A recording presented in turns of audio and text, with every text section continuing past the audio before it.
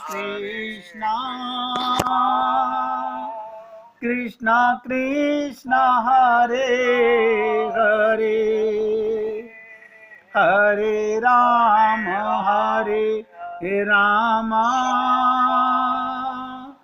राम राम हरे हरे हरे कृष्णा कृष्णा कृष्णा हरे हरे हरे राम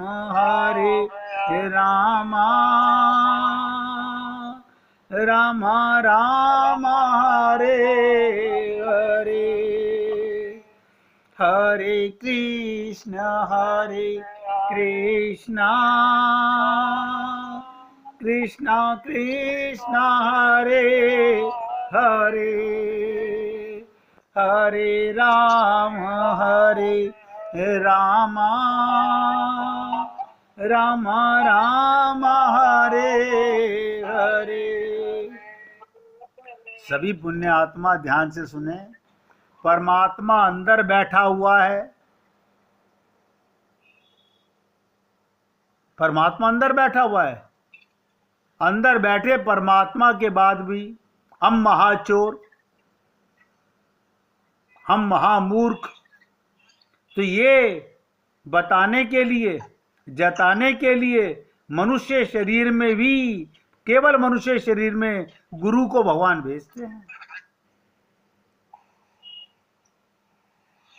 लेकिन हम अपनी मन की मलिनता को, अपने मन के विकारों को ना देख पाते हैं और ना समझ पाते हैं।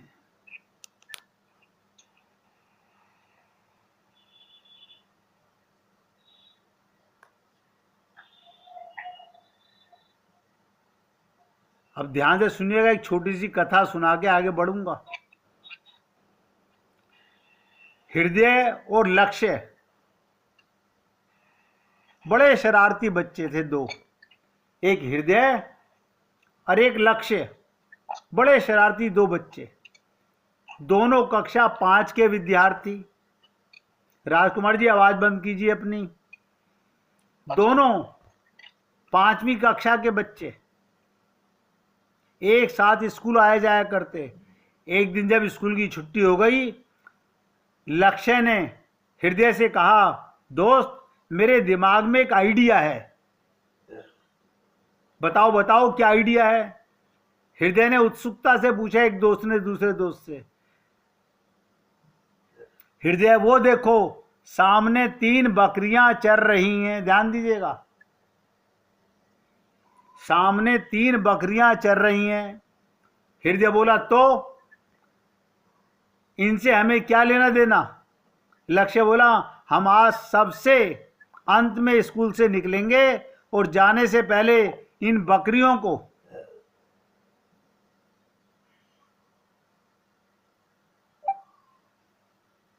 क्या बोला, हम आज सबसे अंत में, लास्ट में स्कूल से निकलेंगे और जाने से पहले इन बकरियों को पकड़कर स्कूल में छोड़ देंगे।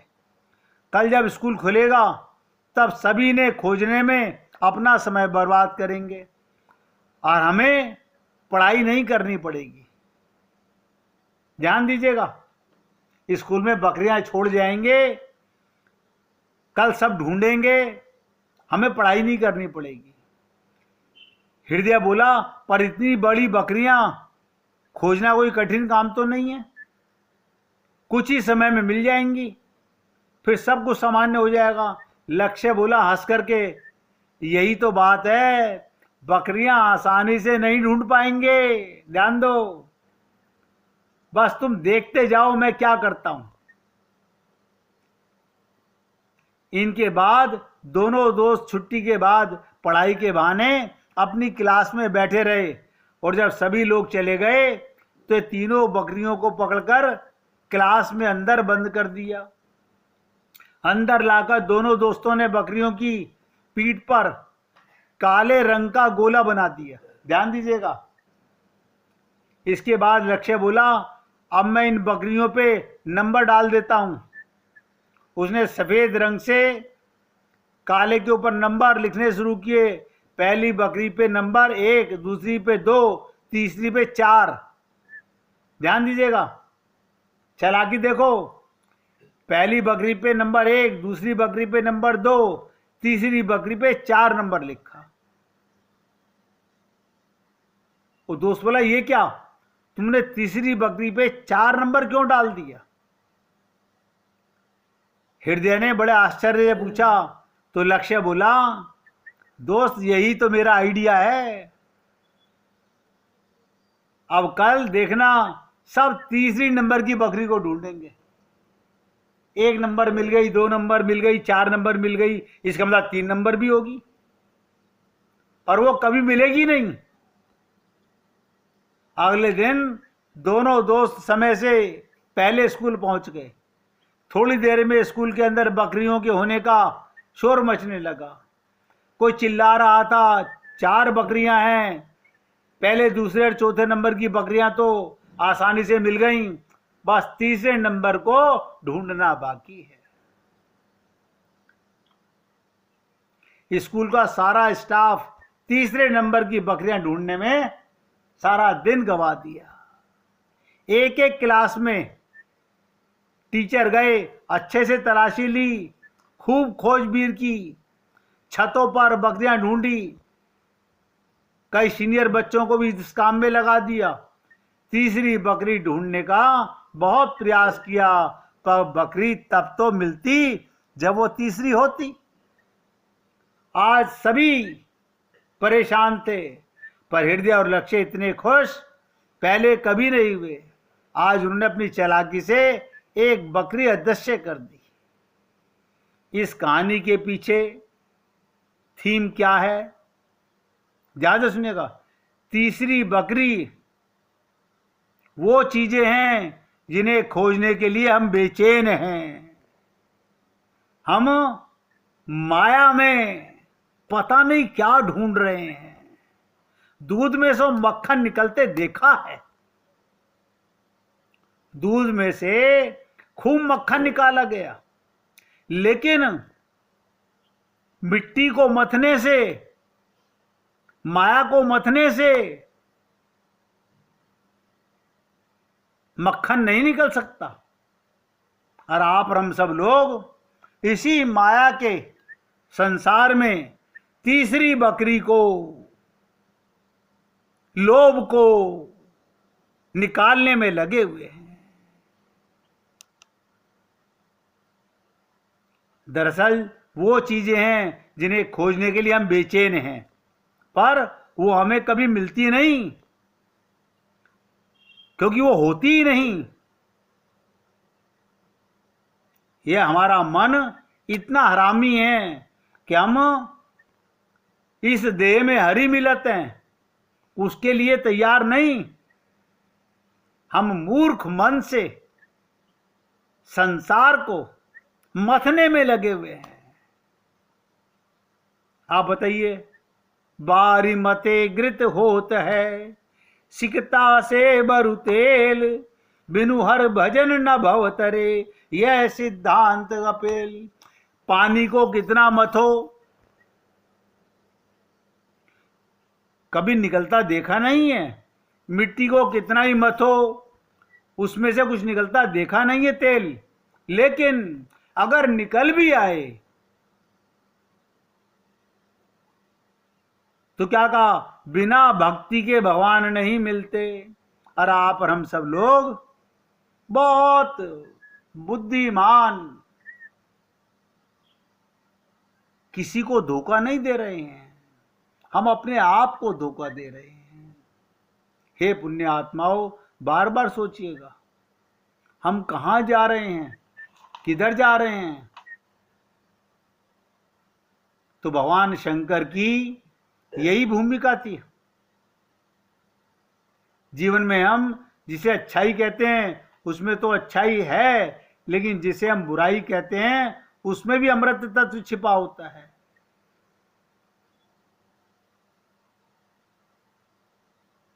तो इसलिए कहा शंकर जी इस कला में निपुण हैं। उन्होंने तुरंत उस विष में ऐसा रसायन मिला दिया कि जिसमें सारा संसार जल रहा है, वो अमृत बन गया। वो है त्रिभुवन गुरु हैं। रामायण में उनके लिए यही शब्द लिखा है, तुम त्रिभुवन गुरु वैद्य बखाना। अन्य लोग तो संसार में कुछ लोगों के गुरु होते हैं, ध्यान दीजिएगा। अन्य लोग तो संसार में कितने जगत गुरु हों, लाख 2 लाख करोड़ 2 करोड़ के गुरु होंगे। और शंकर जी ने क्या कहा, तुम त्रिभुवन गुरु वेद बखाना। शंकर जी तो सारे संसार के गुरु हैं, सारे संसार के गुरु हैं।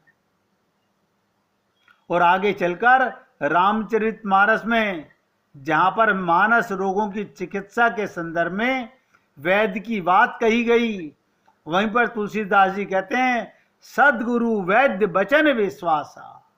अब आप और हम लोग, बुरा मत मानिएगा, आप और हम लोग गुरु के शब्दों पर कितना विश्वास करते हैं और अपने शरीर के संबंधों पर कितना विश्वास करते हैं, ये मुझे बताने की आवश्यकता नहीं, हम सबका अंतःकरण जानता होगा।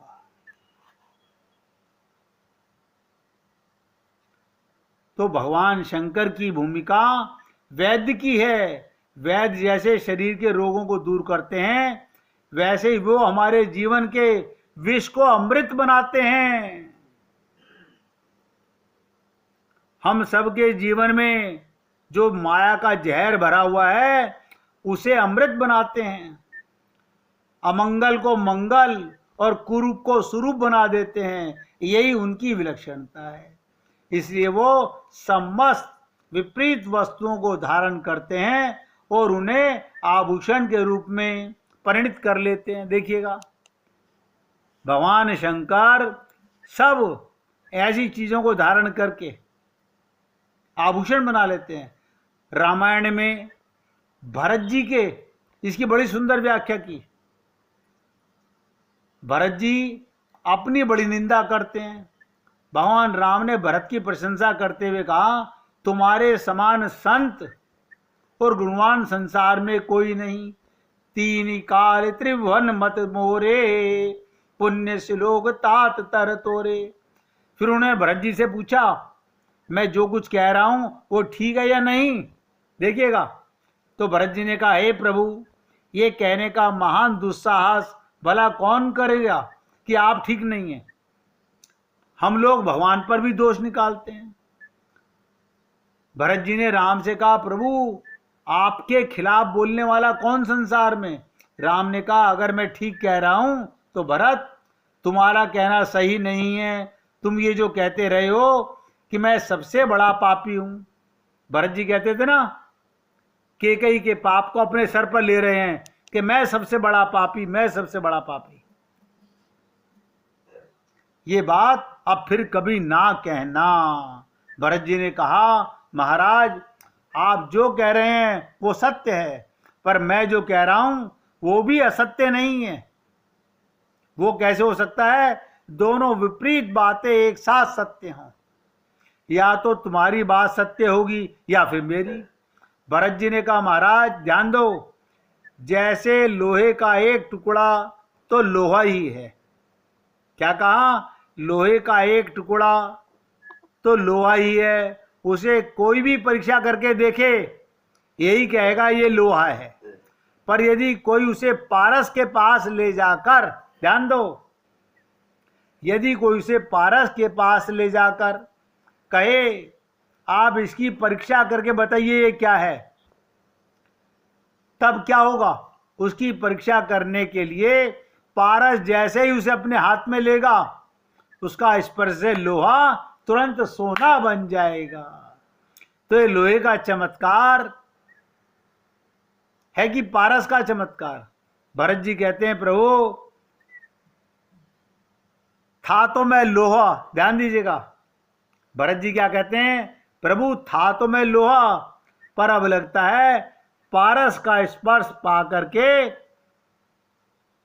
मैं पारस हो गया, सोना हो गया। हर्षई निरखि राम पद अंका, मानव पारसु पाऊ रंका। मैं तो सोना बन गया भगवान। इसलिए पुण्य आत्माओं, आप और हम लोग जितने सजग रहेंगे, संकल्प के साथ रहेंगे, दृढ़ रहेंगे, तो आगे बढ़ पाएंगे। और अगर ऐसे पल्ला झाड़ते रहे, हाँ ठीक है हम तो ये कर लेंगे, हम तो ये कर लेंगे, ये किस पे? आंखें बंद करने से काल झपट्टा नहीं मारेगा, जीवन बर्बाद नहीं होगा, ये मत सोचिएगा। अगर कबूतर आंख बंद कर ले कि बिल्ली आ भी जाएगी, मैं आंखें बंद कर लूंगा, वो क्या करेगी? ये आंखें बंद करने से कुछ नहीं होगा, पल्ला झाड़ने से कुछ नहीं होगा। मौका मिला है समझने का और आगे बढ़ने का। भगवान की लाठी बेआवाज होती है। 1 मिनट कीर्तन करके फिर आगे बढ़ेंगे। रघुपति राघव